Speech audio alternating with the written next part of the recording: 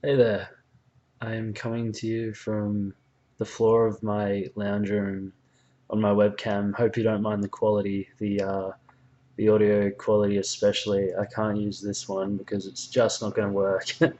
um, so I am going to be talking a bit about a procedure that I'll be having soon on the 1st of November this year. So it's, I don't know, like 11 days away or something. Today's the 20th of October. Um, I'll be getting septoplasty surgery, and that will also involve getting some polyps removed while they're at it. And the reason why I'm making this is because I've done a bit of research online about it. Um, a few days ago. I got interested. I wanted to kind of know what was going to happen. And I've seen quite a few forums where people have listed at least one condition I have that is in relation or somewhat in relation to having this surgery. And I'm someone who I have a lot of conditions. uh, there are only a limited amount of people in my life who know what I'm dealing with medically. But if you've met me in person and hung out with me for long enough, you probably know at least one thing that I'm dealing with in relation to my breathing. uh, so I thought it might help for because I have a bunch of different things going on. If someone's looking up septoplasty, they might be able to compare what they're feeling with what I'm feeling and their pre-op and my pre-op to my post-op, if that makes sense. And I don't know. I've also kind of, if you can hear breathing, that's my dog. He wants to come in. I've also been embarrassed about some of these things, but I always advocate for other people not to be embarrassed about whatever they're dealing with. So I think the best way to put that out there is to follow that in my own life. Most of these things, like I'm not embarrassed about most of them because I didn't choose any of them, not a single one. But there is one that I'll mention a bit later on in the video that does relate to my breathing and was not fun being diagnosed with initially. Uh, so just a little bit of backstory. I noticed early on in my life that I struggled to breathe. I couldn't breathe through my nose. I also remember having times where people would tell me to breathe through my nose, like when I was at school and somebody would come and do a meditation class and they'd say, just relax and breathe through your nose. And I thought that was really weird. I didn't really understand why they'd always say to breathe through your nose because I just couldn't do that. So I'd be like, the weird one breathing out of my mouth. And I do remember my mum too pointing it out sometimes and being like, stop breathing out of your mouth. You should breathe out of your nose. But I I couldn't. And I don't really think she or anyone else understood it when I said that I can't. Maybe they thought, oh, you're a kid and like you can and you just don't know what you're talking about. Uh, or there would have been times that I would have been so young, like 3, and I couldn't have had the language to really express, hey, I can't do that. um, so I'll just sort of go through the list of it, I guess. Um, I have chronic sinusitis. It never goes away. I don't know how long I've had it for at this stage, but that just basically means my nose is stuffy and inflamed all the time. And I'm hoping that by getting the surgery and just opening up the airways and getting on top of this sort of stuff, I'll be able to at least make my nose feel better. I don't know if I can get rid of chronic sinusitis, but it'd be great to just be able to breathe easier. My sense of smell is dulled. It's a really common thing when your septum is deviated because it. So I probably should have said at the start, but that's what's going on. So septoplasty has everything to do with your septum. You might have heard that from people getting it pierced. That's just the bit right here. So I'm lucky that externally my nose looks typical, but internally everything is jacked up. Um, it's just wonky. Like I can't breathe properly. That's all there is to it. Uh, and so the goal of the surgery is to just make it straight, take that crookedness out of it. And if someone's uh, septum is really deviated, it can impact how the outside of the nose looks, which sometimes the surgeon can help, but usually that'll be like a rhinoplasty thrown in there too, by the sounds of things. As far as I've looked into it. So yeah, for me, this isn't like a cosmetic surgery. I went to a doctor. He had a look at my nose. He sent me to a specialist. Camera up my nose. That felt wonderful, as you can imagine. And they concluded that I need this surgery from a medical perspective. So I was put on the waiting list publicly because I don't really want to fork out money privately. I don't care who does the operation. I don't care where it happens, as long as it happens. So yeah, I'll be having it at Frankston Public Hospital. I did read about someone else online who had it there, and they didn't have any complaints. I've had, things. I've had to go to Frankston Public before for procedures, and I've always been happy.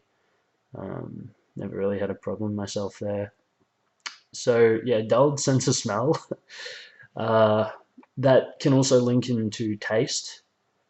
My sense of taste is pretty good most of the time, but the stuffier my nose gets, the less I can taste. I'm not sure if this is normal or not, but if my nose is completely blocked, um, there are times where I have no taste. I can't taste anything. That usually happens when I have a bad cold. It's disappointing for about 3 days. I have to eat, but eating's so boring when you can't taste anything. So I just try and find foods that have a good texture so I can enjoy one thing about it. Um, this isn't necessarily like it's all linked, but this isn't necessarily like bang on to do with my septum. Um, but like typically I look like normal typically on the outside, but I can't even can't even speak tonight. You can't even use words. But there's a lot sort of going on internally that just wasn't formed properly. That because I'm an adult now, I've gone through puberty and everything's formed. I'm not growing anymore. There's only so much that can be done for me. Whereas if this was all picked up when I was a child, there would have been surgeries I could have gone through that would have greatly improved the quality of my life. But now I have to look at, the second, the third option of these things. So my hearing is also impacted. I had grommets a few times when I was a child. I had chronic ear infections, and I find that if I'm in a room that's quiet and I'm talking to one other person, it's fine. If they're talking at a normal volume, I hate it when people mumble and just speak really quietly because it could be dead quiet and I still can struggle to hear them. Um, but if I'm in, public or a room with a couple of people talking, it gets a lot harder for me to hear properly. So just by fixing my septum, my hearing isn't going to improve just because of that. But I am hoping that um, just by straightening everything up, my passageway can become clearer. I understand that there's sort of tubes that connect. Everything kind of connects with these tubes that run through here, and mine are just constantly stuffed. So, there's really no promises about that, but it would be awesome if everything could just clear up a bit and, my hearing could improve a bit. Uh, just because I've learned to live with it, but it does get pretty irritating. It's not nice having to ask people to repeat themselves all the time. Again, this is another one of those things that it's not directly related to my septum, but It does link into nose problems. I have severe allergies. I'm on some really expensive medication right now that is giving me a lot of relief. Uh, I had no idea how bad my allergies were until I actually got onto the medication. But even so, I still have to blow my nose frequently. And sometimes my allergies are just so bad that all I can do is sit there with some tissues, blowing my nose. My eyes are watering. I can't see properly. So this isn't going to fix my allergies, the operation, of course, but I am remaining hopeful that these issues get easier to deal with, especially when they're bad, just by having this procedure and opening up my airways. Now, here's the one that I've never actually kind of I've never publicly sort of said this, gone on record. Um, the most I've done is here and there with clients. I've said it when it's felt relevant. That was kind of my way of being like, oh, this is something I'm dealing with, and I'm trying to like accept it and not feel too fussed about it. But I have severe sleep apnea. I was diagnosed with that probably, it would have been between 3 and 4 years ago, around there. I have to have a machine to help me breathe at night. I, if I don't use the machine, I stop breathing an average of once per minute, and I can stop breathing for up to 20 seconds at a time. So that just puts a whole lot of strain on my heart. If I didn't have the machine, the chances of me having a heart attack in my 40s is just massive. Like possibly dying when I'm young. So that was really devastating to get that diagnosis. I wasn't happy at all. And unfortunately, I have to go with a machine that pumps oxygen into my into a mask that I wear on my face. Uh, it's like about to. I'm like in my 20s, and it doesn't make you feel particularly good about yourself, but it is what it is, and I'd prefer that than dying when I'm 40 in my sleep because I've stopped breathing too many times and my heart's too tired. uh, when I was a kid, if this had been picked up, I could have had surgery around my mouth and my jaw to possibly make it so I wouldn't have sleep apnea, or to at least make it not severe, because like that is a classification of my diagnosis. It is severe sleep apnea. You like maybe there are people who stop breathing more and for longer than I do, but as far as the diagnosis goes, you can't really get any worse, unfortunately.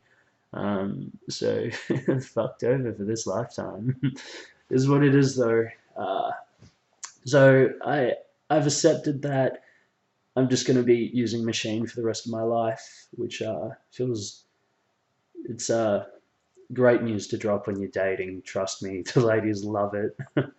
uh, but again, by opening up my airways, I'm hoping that it just makes breathing easier. Hoping that like the machine does a wonderful job. It's been life changing getting it. I don't know how I functioned beforehand. I mean, I'm still tired all the time, but I was so tired all the time. It's nuts that I just look back at the stuff I was dealing with when I didn't have treatment, like my allergies and sleep apnea, and I'm just like, oh my god, I feel so much better now. How did I function?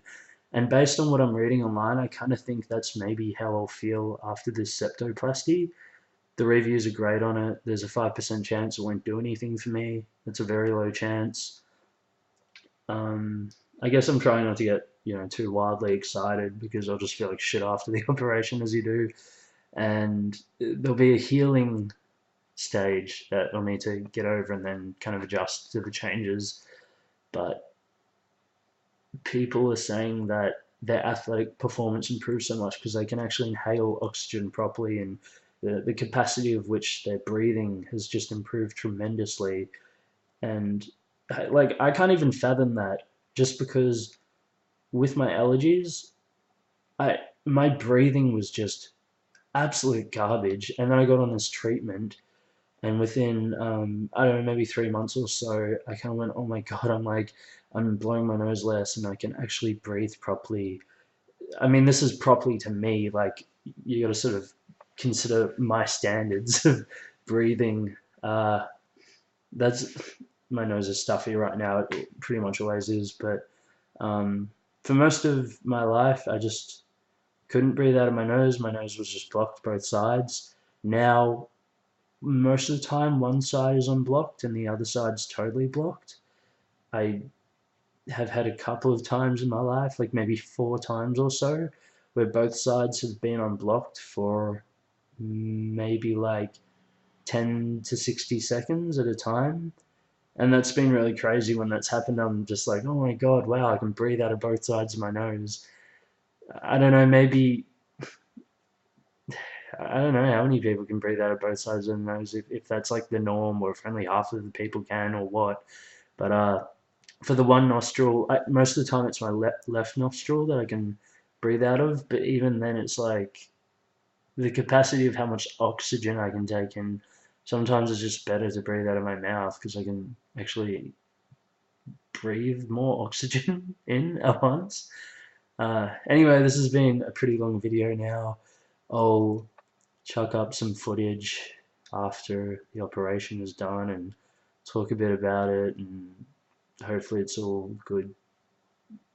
I don't know, good reviews on it, good experience. Hopefully I'm not in the 5% that it doesn't work for. All right, bye.